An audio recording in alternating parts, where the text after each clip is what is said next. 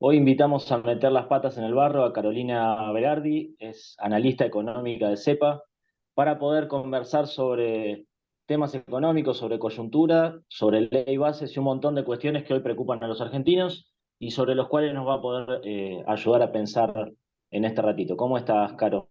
Bienvenida. Hola, buen día. ¿Todo bien vos? Bien, bien, todo bien.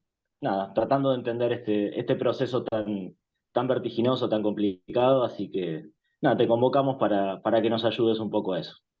Bueno, genial, será un placer. Primero, algo más general, pedirte que nos caracterices desde tu mirada, desde la información que ustedes construyen en CEPA, este momento, esta coyuntura económica, también política y social, en este primer periodo de gobierno de Milei, casi 6 meses van, ¿cómo lo están viendo y cómo lo estás viendo vos en particular? Bueno, a ver, en primer lugar, hay que decir que en estos primeros 6 meses el objetivo del gobierno parece estar sumamente centrado en lo que ellos denominan ordenar la hoja del balance del Banco Central, ordenar las cuentas, el activo y el pasivo del Banco Central, y en ese objetivo todo lo demás pareciera secundario. Y cuando digo todo lo demás me refiero sobre todo a la economía real, a los ingresos de los argentinos y las argentinas.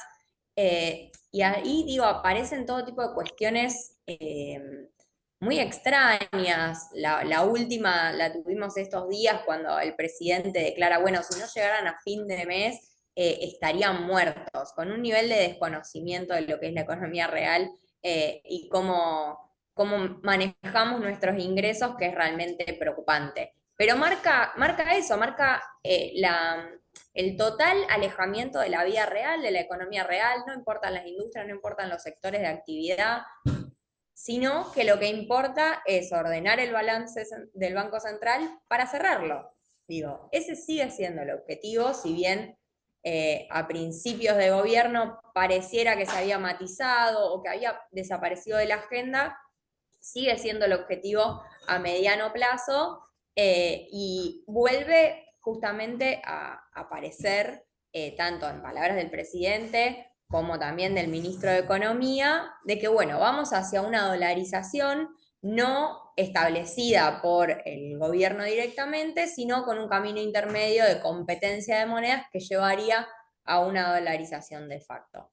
Ahora, en el medio, los números de la economía real son de un desplome total y absoluto, recortes del gasto público que eran impensados, era impensado realmente que la sociedad argentina soporte estos niveles de ajuste que estamos viviendo, y más después de 8 años duros en materia económica, en donde especialmente los ingresos eh, les costó recuperarse de lo que fue la caída brutal del macrismo. Durante el gobierno del Frente de Todos tuvimos, yo siempre digo, un electrocardiograma, meses de subida y meses de bajada, pero no se consolidó ni de cerca una recuperación efectiva del poder adquisitivo de los ingresos. Y después de esos 8 años duros, estamos atravesando 6 meses que nunca hubiéramos imaginado que la sociedad argentina iba a tolerar estos niveles de pérdida del poder adquisitivo. Estamos hablando de que en 4 meses los salarios registrados perdieron 17 puntos de poder adquisitivo.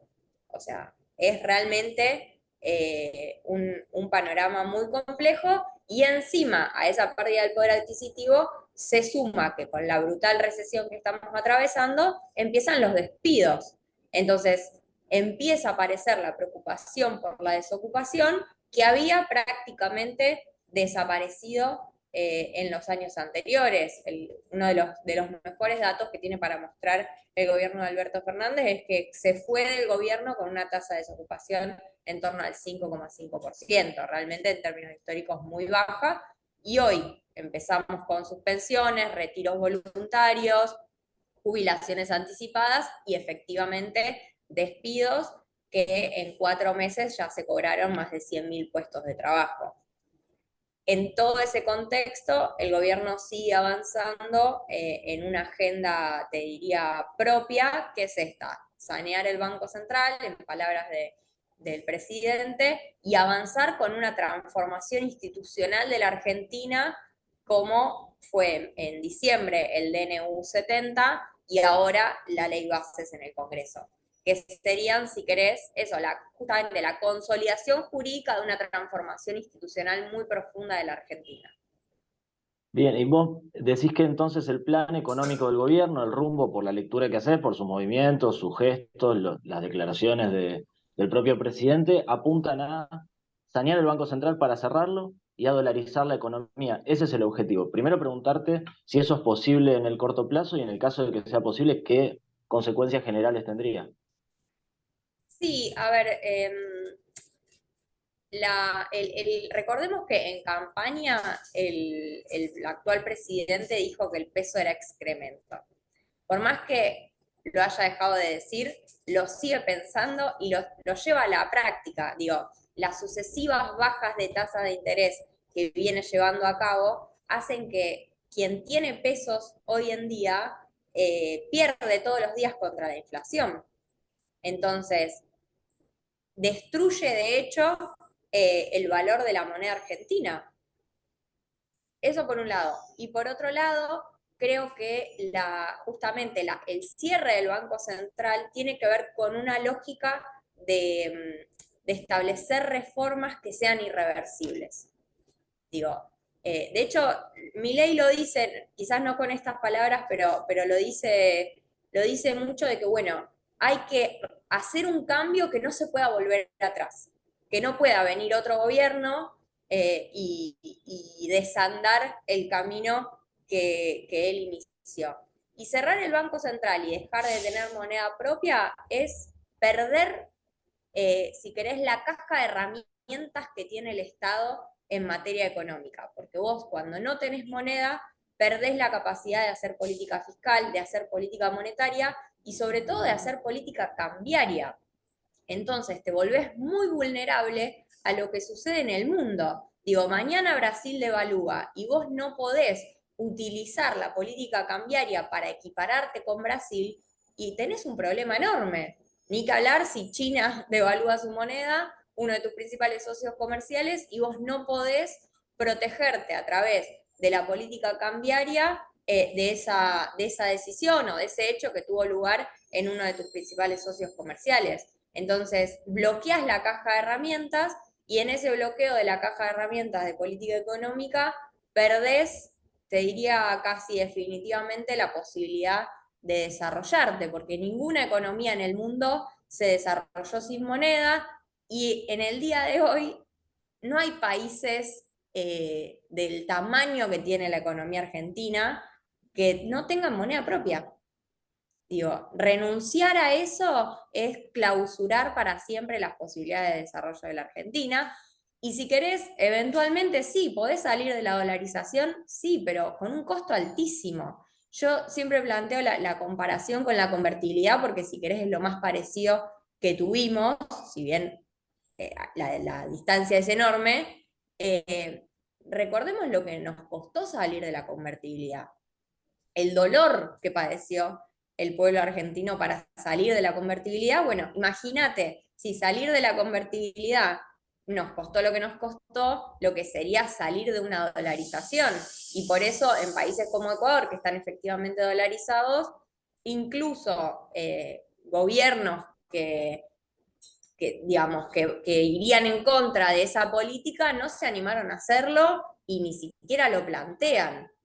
Entonces, bueno, en un punto estamos hablando de una medida que sería irreversible.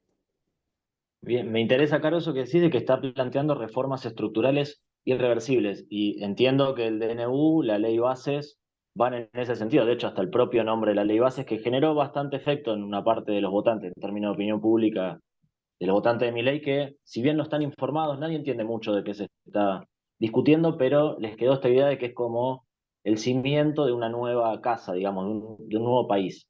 Vos, ¿qué caracterización haces, si querés, del DNU, pero sobre todo de la ley base que se está discutiendo? Y principalmente me interesa tu mirada del RIGI, que es lo más polémico en este momento. Y entiendo que también hay otras cosas que son polémicas y que podrían generar cambios en términos económicos irreversibles para la Argentina. Sí, creo que el RIGI lo que tiene justamente de características es esto de la irreversibilidad.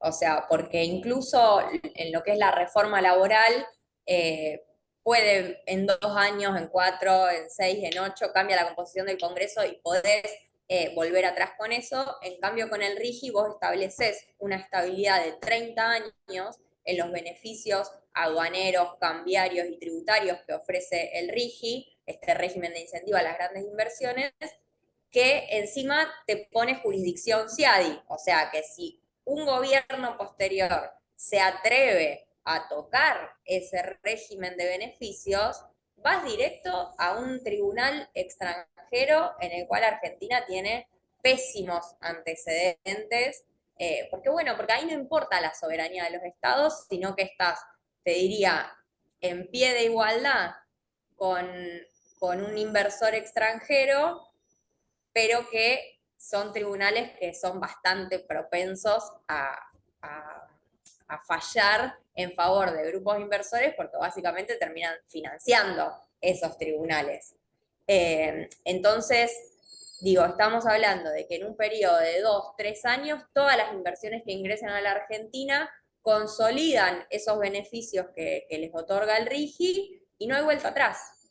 Digo, ahí quedamos atrapados en ese régimen y por eso me parece que es capaz de cambiar tan de raíz la matriz productiva de la Argentina, porque no es solamente que vos no vas a poder quitarle o modificar ese régimen, sino que las consecuencias que traería el régimen en la matriz productiva ya existente, en el tejido industrial argentino, puede ser realmente muy profunda.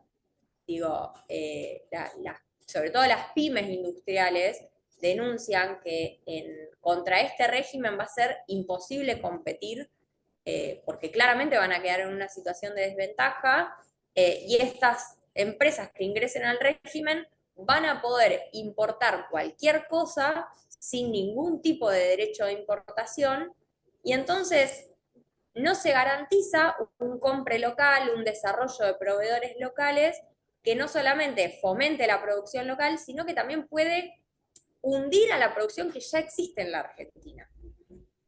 Con lo cual, digo, a largo plazo realmente estamos hablando de una transformación muy profunda del tejido productivo argentino. Después hay cuestiones, bueno, la reforma laboral que impone, estamos hablando de una transformación del mundo del trabajo asalariado tal y como lo conocemos muy profundo. O sea, habilita totalmente la no registración de trabajadores o la precarización de trabajadores vía esta figura nueva que aparece del trabajador independiente con colaboradores que le permite contratar personal, pero no asalariado, sino monotributistas.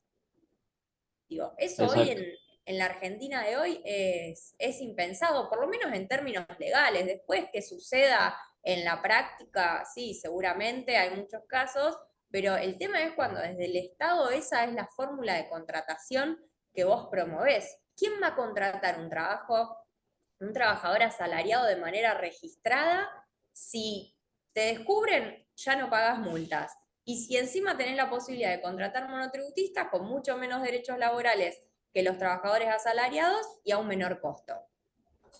Digo, Sí, sí, es raro que cambie la lógica, incluso puede ser a la inversa, ¿no? Que el que hoy tiene trabajadores registrados más adelante pueda pensar en cambiar esa si, modalidad si, y no vos lo tenés, contrario. si vos tenés 5 trabajadores asalariados, ¿por qué los vas a seguir sosteniéndolos si podés pasar a contratar monotributistas?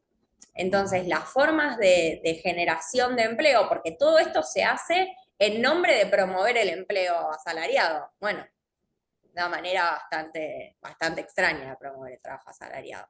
Y después hablamos de una transformación de las capacidades estatales, digo, no solo por las privatizaciones de empresas públicas que se proponen en la ley, sino también por la capacidad que se le otorga al Poder Ejecutivo de disolver, de transformar la estructura jurídica de absolutamente todos los organismos públicos.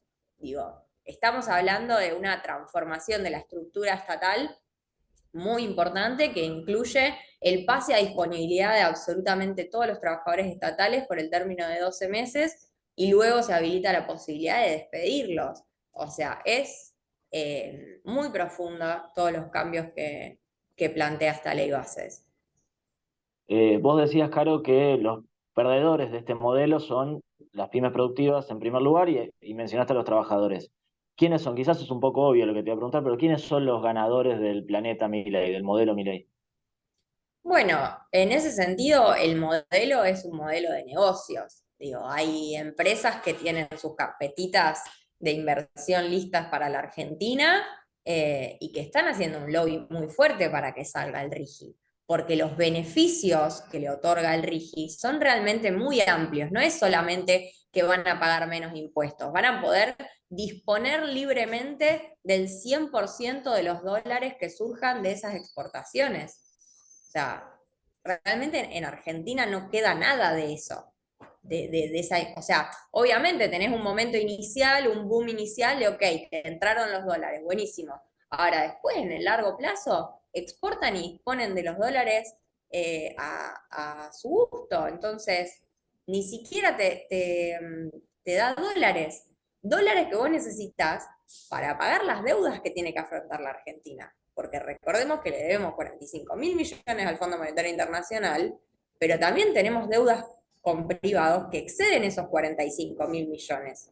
Si vos promovés inversiones que no generen los dólares para pagar esa deuda, bueno, vas a estar eternamente con esa traba, con esa imposibilidad de afrontar esas deudas. Entonces, los grandes ganadores sin duda son quienes vengan a invertir en el marco de este régimen. Después, obviamente, todos los grandes industriales piensan más en la reforma laboral que en el RIGI. Por eso también hay una cierta tensión al interior de la UIA de, che, ¿salimos a bancar la ley bases o no salimos a bancar la ley bases? Y la realidad es que los grandes industriales de la Argentina son grupos económicos que incluso perdiendo rentabilidad, como pasó durante el macrismo, no les cambia la estructura porque su fuente de ingresos real, su fuente de ganancia real, ya no es la industria. Digo, hay una diversificación de sus inversiones, es una financiarización incluso de sus carteras que a la empresa le puede ir mal y ellos siguen siendo multimillonarios y no pasa nada. Así como también tienen una facilidad para reconvertirse, de decir, bueno, yo hoy produzco en la Argentina porque me conviene. Mañana me abren todo, bueno, me convierto en importador. Hay muchos Claro, grandes traigo de afuera. industriales que piensan de esa manera y que tienen esa capacidad de reconvertirse que claramente no alcanza al conjunto de las industrias argentinas y que el gran problema termina siendo, bueno, si se convierten en importadores, ¿a dónde va a ir a trabajar la gran masa de personas que hoy trabajan en la industria argentina? Digo, estamos hablando de que el 20% de los trabajadores asalariados en el sector privado se desenvuelve en la industria. Si no hay industria nacional, ¿a dónde van a ir a buscar empleo? Porque incluso estos sectores que se promueven a través del RIGI son sectores que no son intensivos en trabajo. Digo, estamos hablando de que hoy en día emplean menos del 6% de los trabajadores asalariados privados. Entonces, ¿cuál va a ser la fuente de trabajo? Y eso tiene que ver con, me parece, con la falta en definitiva de un proyecto de país, porque Milei no nos dice hacia dónde vamos por fuera del esquema de dolarización. No dice en qué país quiere convertir a la Argentina. O quizás lo dice, bueno, Irlanda, Alemania, no sé cómo vamos a llegar a ser Sí, sí, no Alemania e queda claro Irlanda. tampoco. De repente dice 30 años, 50, 15. No Sí, quedó muy pero claro. sobre todo no queda clara la ruta. Digo, ¿cómo vamos a Bien. llegar a convertirnos en Alemania? Con el RIGI, ¿con eso alcanza? Bueno, no pareciera, porque en el RIGI no entramos todos. Esa es la realidad. Entonces, ¿de qué van a trabajar el conjunto de personas que hoy se desenvuelven en la industria? No queda claro. Y por eso cada vez queda más claro que en vez de un proyecto de país, lo que tienen es un proyecto de negocios, pura y exclusivamente.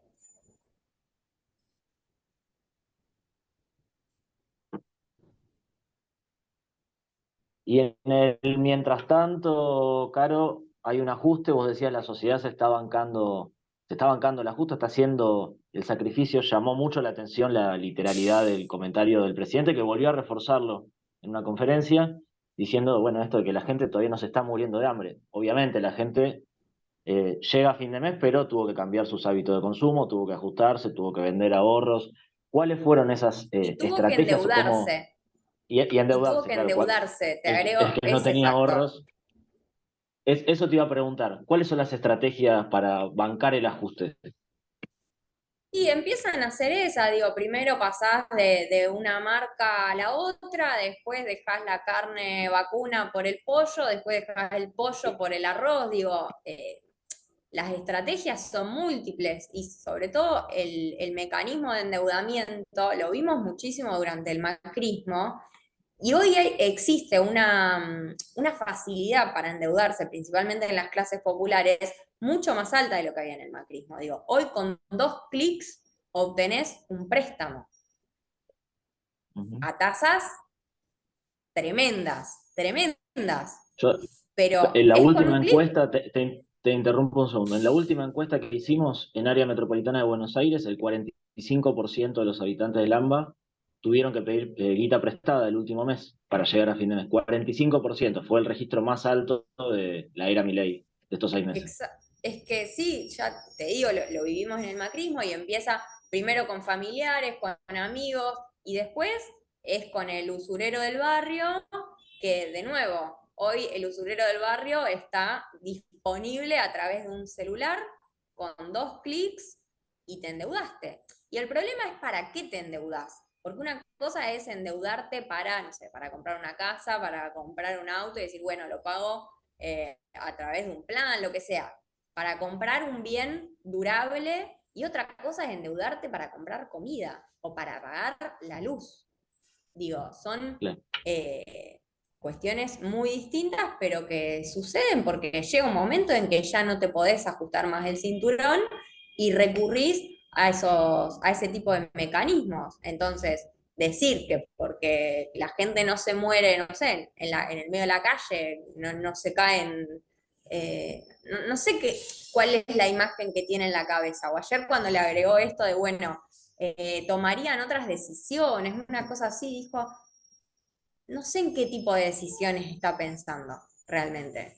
Pero sí, las decisiones que están tomando hoy, el 45%, como decís vos, es pedir plata prestada. Esas son las decisiones que Exacto. están tomando los argentinos y las argentinas que no llegan a fin de mes. Ahora, cuando vamos a analizar los números del ajuste, abarca a todas las partidas del Estado, absolutamente todas.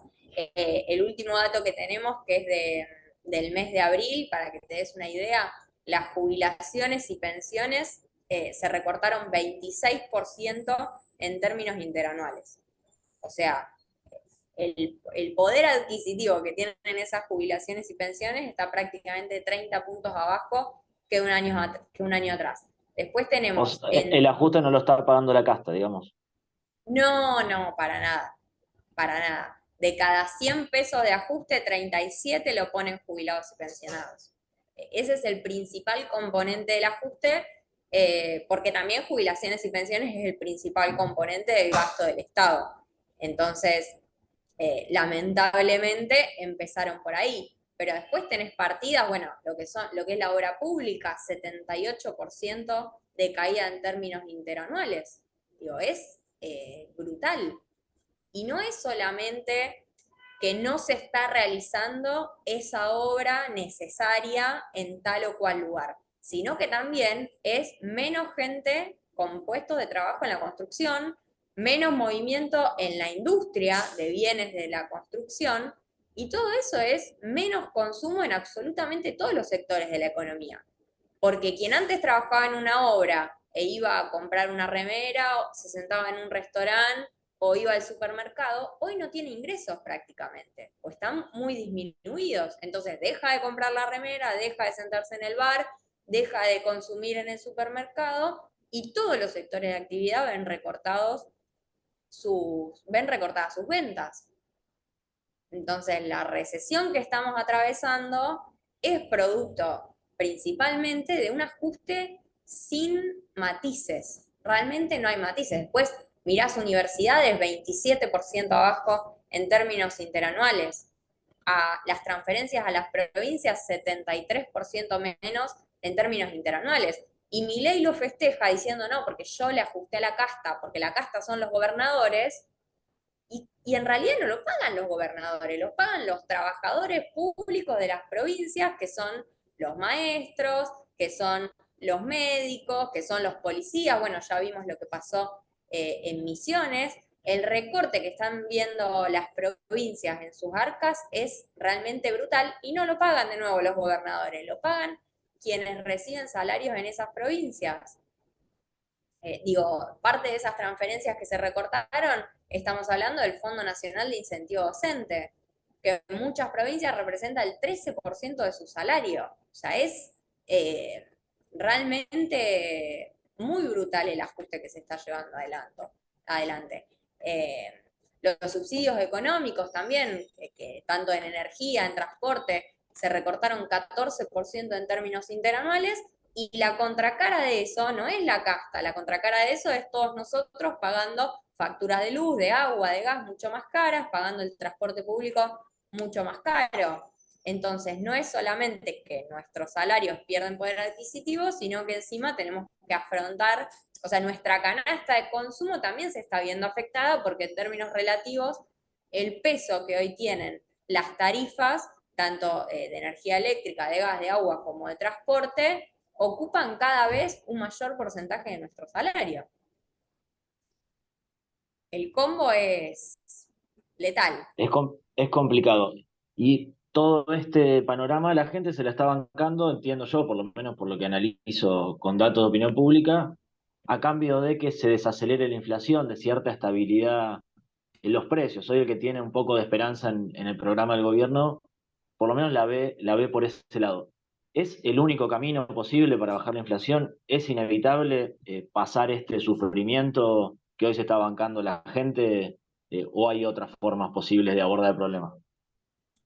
Bueno, a ver, vinculado a la inflación, primero déjame ponerte un signo de pregunta de hasta dónde llega la baja de la inflación, ¿no? Porque hoy se celebra un 8% de inflación, porque la inflación está bajando, pero es un número altísimo y se está bajando en comparación con un 25,5 en diciembre, producto de una mega devaluación, que fue una de las primeras medidas que tomó el gobierno cuando asumió. Entonces, sí, obviamente, de 25,5 a 8, ok, buenísimo el 8. Ahora, volviste al nivel de octubre preelectoral sin, o sea, con la economía totalmente desplomada y los salarios completamente deprimidos. Entonces, lo de se está bajando la inflación es relativo. Después, hasta cuánto bajás la inflación? Bueno, no queda claro, la verdad, hasta cuánto se puede desacelerar, sobre todo teniendo en cuenta que hay aumento de tarifas que se pisó para sostener justamente este sendero descendente de la inflación. En el caso de los combustibles, se vienen posponiendo los aumentos del impuesto a los combustibles que estaban establecidos. Y después, pensando para adelante, falta algo muy claro que está rondando, que es el levantamiento del cepo. En el levantamiento del cepo, depende cómo se haga, es muy probable que tengas un nuevo fogonazo inflacionario, porque mañana levantas el cepo y el tipo de cambio no se va a mantener en este nivel. Pensar eso es totalmente inviable.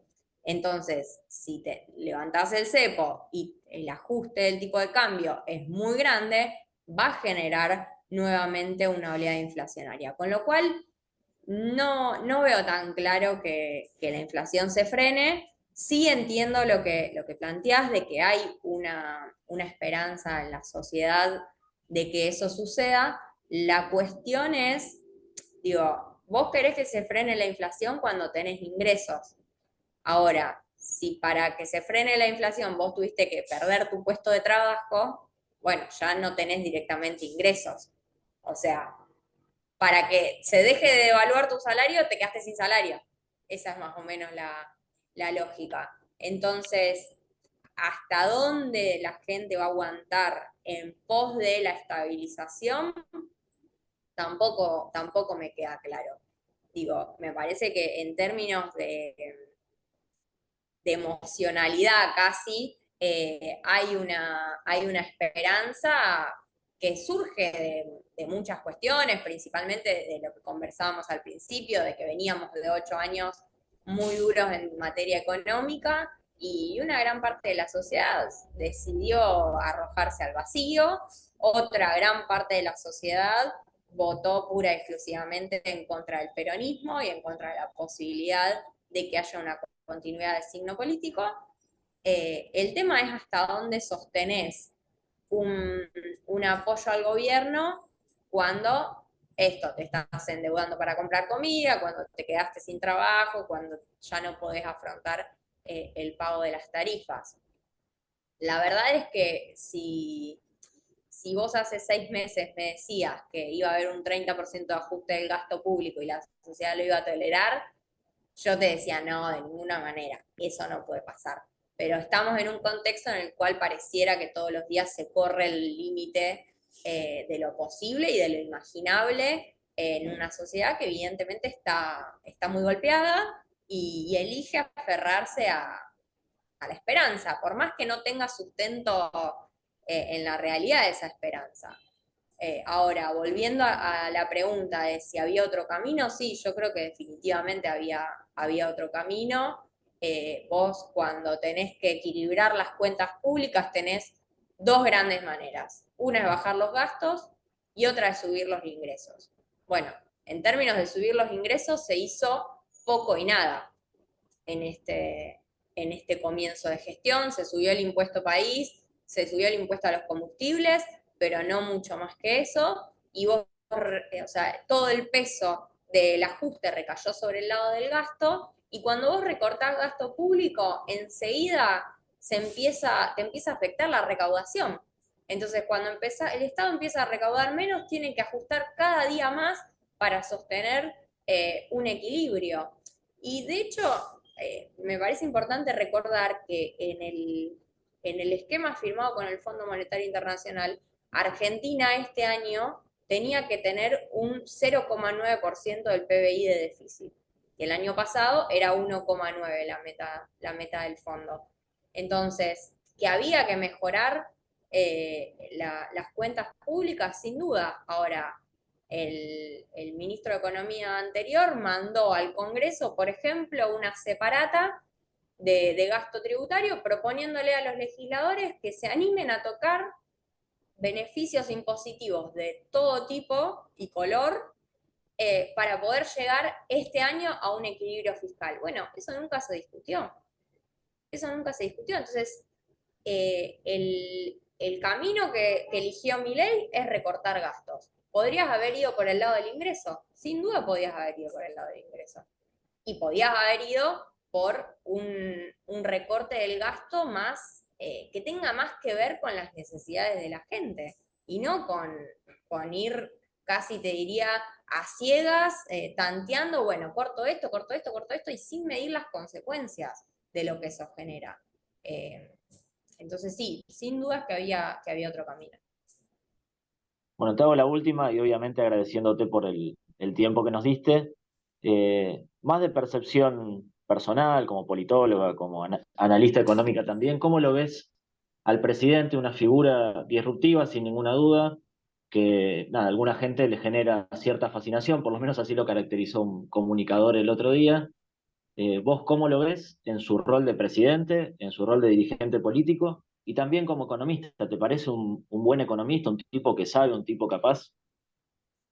No, como economista me parece que quiere seguir una doctrina económica que es muy marginal en términos académicos, pero que sobre todo no se aplicó en el mundo. Digo, las ideas de los libertarios realmente son muy extremas y en cierto sentido me parece que ni siquiera se están aplicando de lo tan extremas que podrían ser, pero cuando Milei se anima a hablar más en términos filosóficos quizás y no tanto de política económica, que me parece que ese es el rol que ocupa Caputo, eh, digo, Milei cree que el Estado es una organización criminal.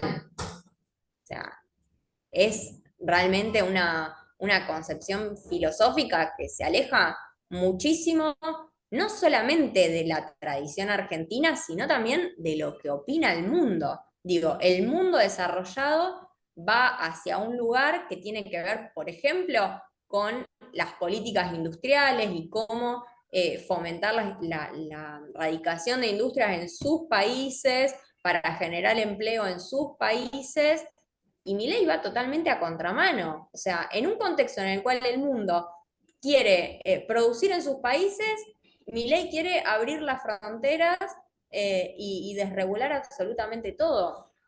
No, no, realmente no funciona en el mundo. Eh, entonces, en ese sentido, entiendo que haya gente que le genere fascinación, entiendo que hay algo de las formas y del grito y de levantar la voz que a muchos sectores de la sociedad los convoca, pero bueno, me parece que en algún momento va a tener que mostrar resultados, porque la emocionalidad puede jugar hasta un determinado punto. Después, si pasa el tiempo y vos no ves resultados en tu vida concreta, bueno, el grito deja de tener efecto. Pero en cierto sentido hay mucha improvisación en muchas áreas, digo, me parece que en política exterior es directamente un cachivache, o sea, vamos por el mundo insultando a nuestros principales socios comerciales eh, y con expresiones realmente muy fuera de lugar en todo, tanto de Milei como de la canciller Diana Mondino. eh, pero después hay otras áreas, digo, lo que está pasando ahora con la cuestión del no reparto de alimentos que están guardados hace más de 6 meses. O sea, a mí me cuesta mucho entender si es falta de voluntad o si es incapacidad de gestión. Pero de cualquiera de las dos maneras no deja de ser un acto de crueldad y de falta de humanidad total, que en un contexto en el cual no le estás entregando alimento a los comedores, no solo comunitarios, sino a los comedores escolares, tenés guardados hace 6 meses 5 millones de toneladas de alimentos, un número así que es realmente eh, totalmente fuera de lugar. Eh, es un momento realmente muy particular que cuesta mucho analizarlo en tiempo real, pero, pero eso intentamos. Bueno, gracias Carolina. Hablamos con Carolina Berardi, analista económica de CEPA, que nos dio un ratito, metió las patas en el barro y nada, nos ayudó a pensar la economía, la política y este momento tan complejo. Gracias, Carolina. No, por favor, gracias a ustedes, un abrazo enorme.